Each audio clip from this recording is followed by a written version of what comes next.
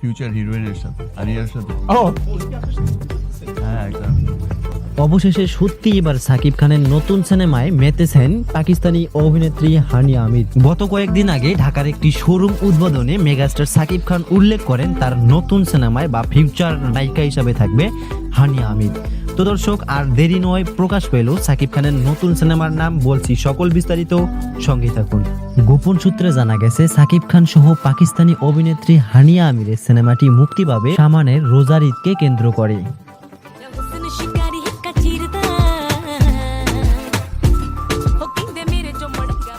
সব থেকে বড় কথা হলো সাকিব খান নিজে মুখেই প্রকাশ করেন তার ফিউচার নায়িকা হানিয়া আমির। তাই আশা করা যায় নেক্সট সিনেমাতে সাকিব খানের সঙ্গে হানিয়া আমিরকেই দেখা যাবে।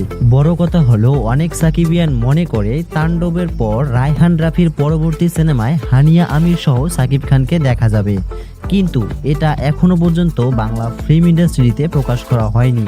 তবে আশা করা যায় খুব শীঘ্রই প্রকাশ করা হবে, তবে নাও হতে পারে।